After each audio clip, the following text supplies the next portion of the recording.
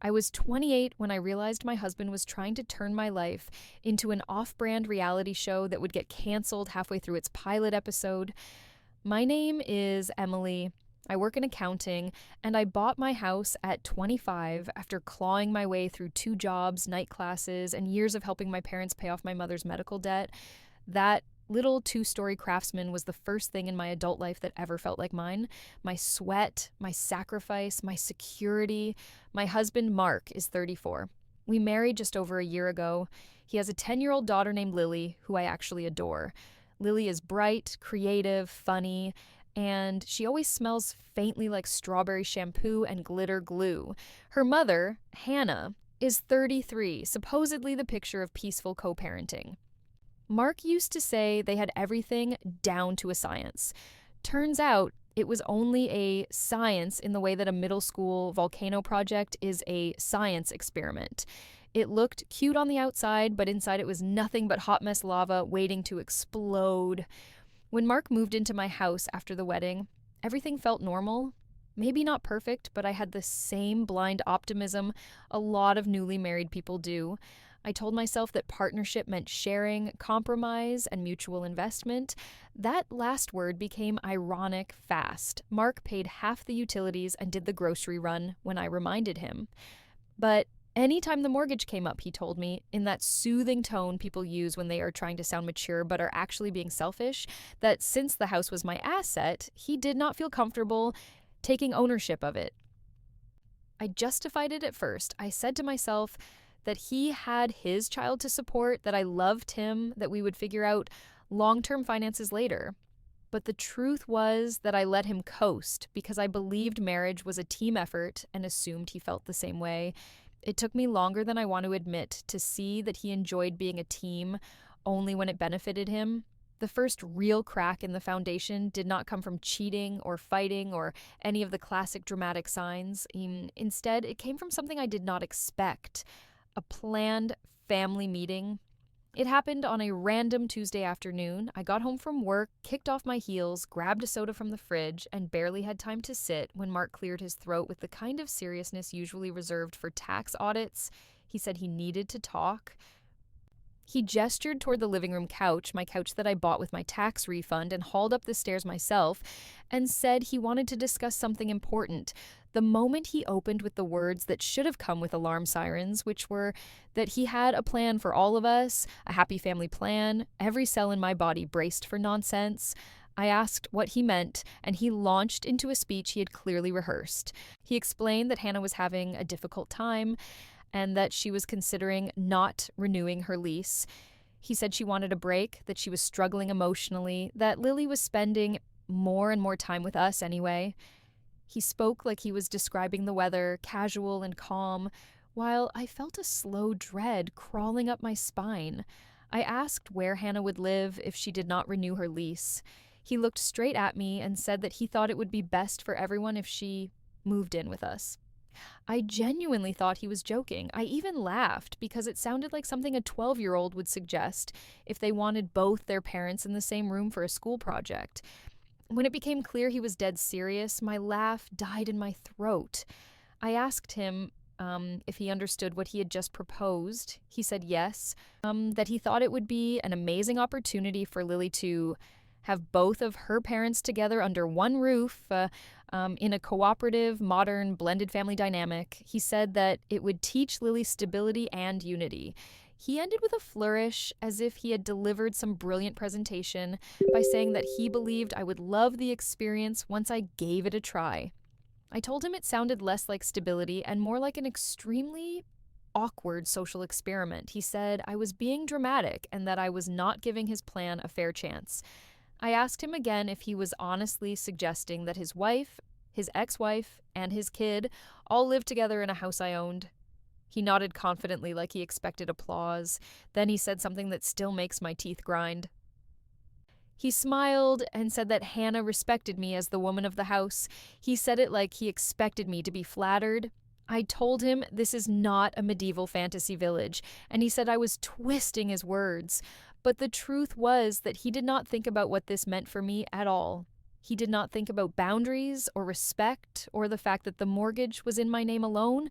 The only thing he cared about was a vision he had dreamed up that would make his own life easier. The moment that made something inside me snap came when he mentioned that he had already discussed this idea with Hannah. Not, I was thinking about asking Emily, or I want to talk to my wife first.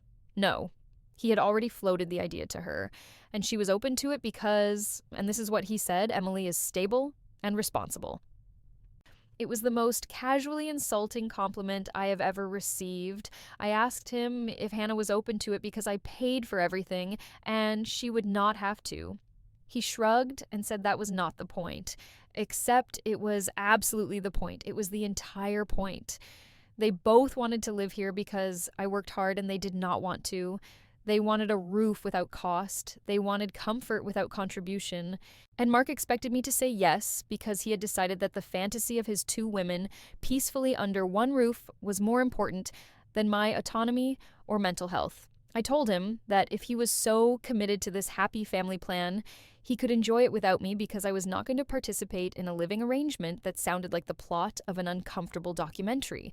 He glared at me like I had betrayed him. He called me cruel. I told him he was delusional. He stormed out in righteous indignation, and I did not follow him.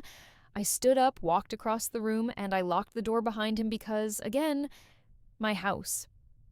2 days went by where Mark pretended everything was normal, like he had not just tried to shove his ex-wife into my home like an unwanted bonus level in a video game.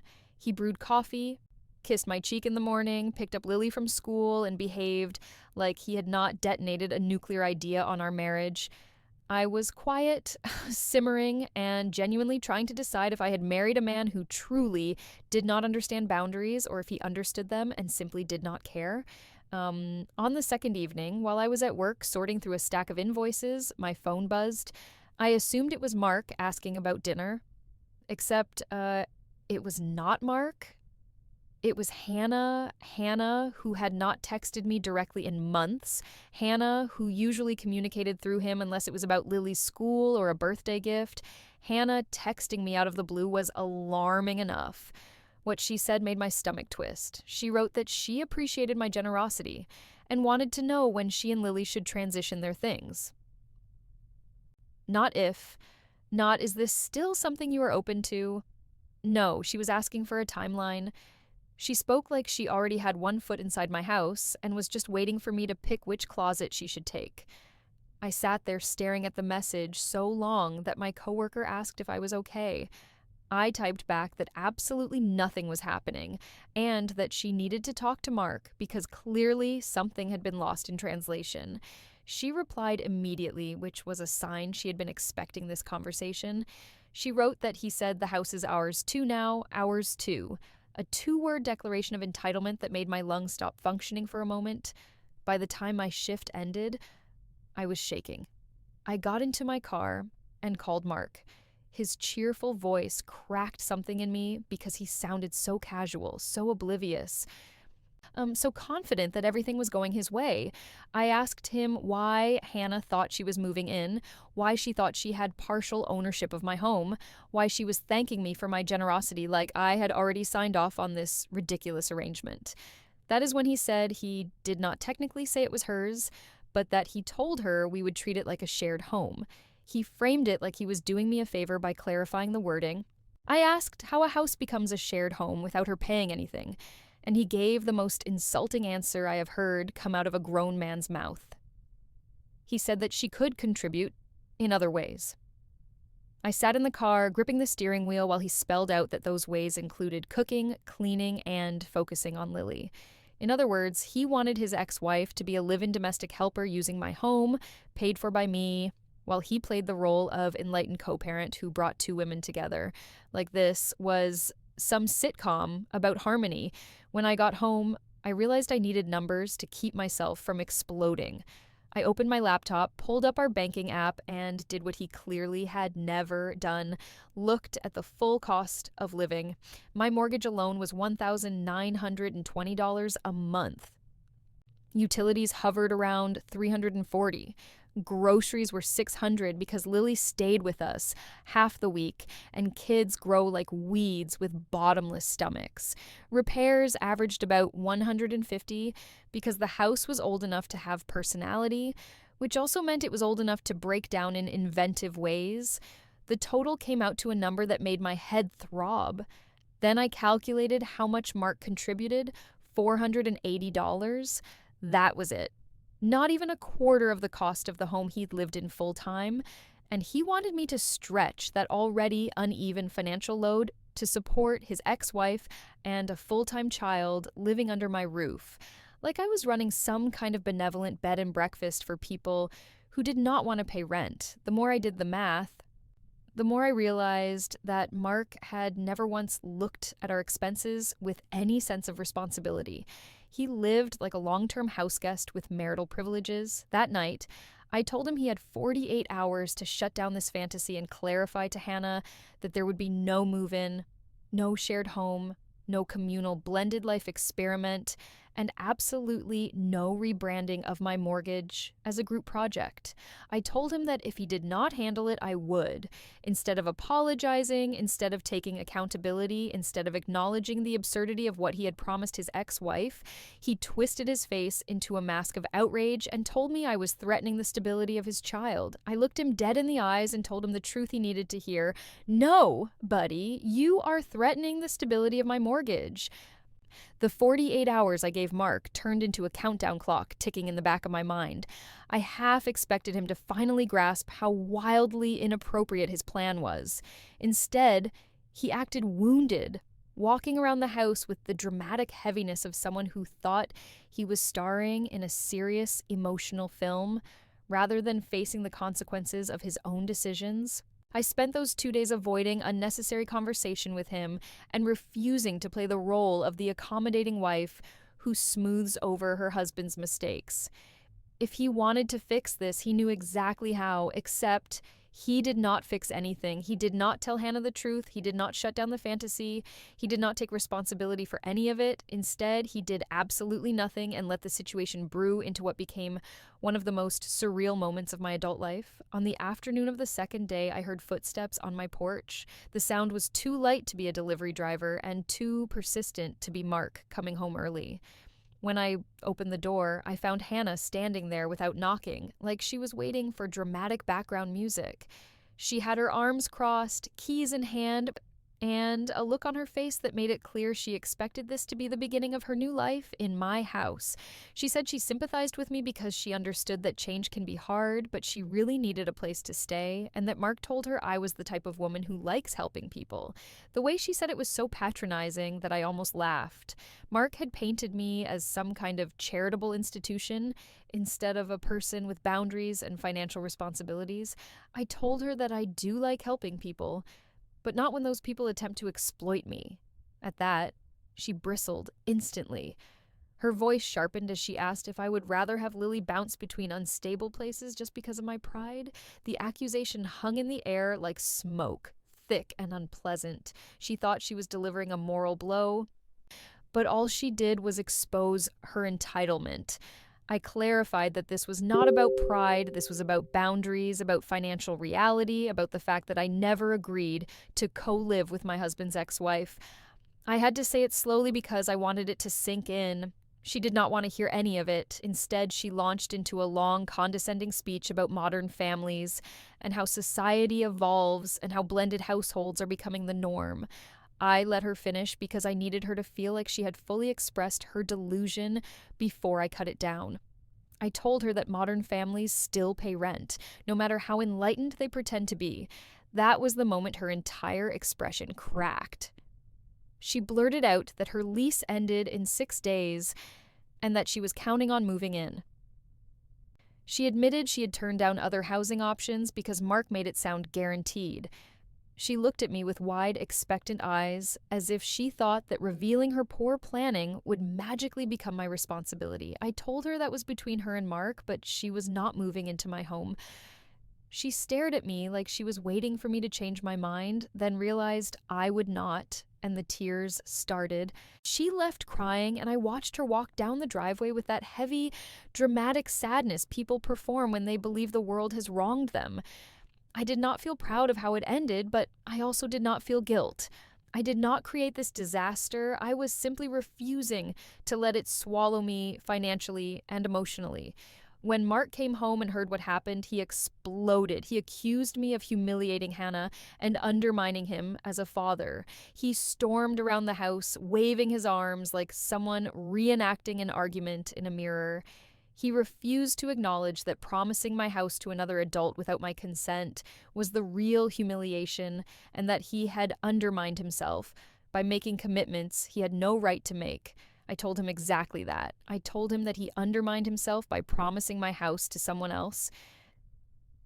He sputtered, fumed, and declared that he needed space. Then he stormed off to the couch with all the drama of a man expecting me to chase him, apologize, or comfort him. I did none of those things. I went to bed.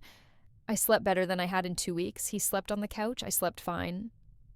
The real breaking point came about a week after the porch confrontation, when things in the house had become so tense that even Lily noticed. She asked why her dad was angry all the time, and I told her gently that adults sometimes need to work things out. Inside, I was counting down the moments before something snapped permanently. I did not know what form it would take, but I knew it was coming. What I did not expect was that it would arrive in the most ridiculous, sitcom-worthy way imaginable through my mailbox. I walked outside to collect the usual stack of bills and local restaurant coupons, only to see one envelope addressed, not to me or to Mark, or even to us. It was addressed to the Roberts family. My last name is not Roberts. I had never changed it. I had never hinted at changing it. And Mark knew that. It was a small detail, but it hit me like a punch in the chest. I stood there for several seconds, staring at the name as if the envelope had personally insulted me. In a way, it had.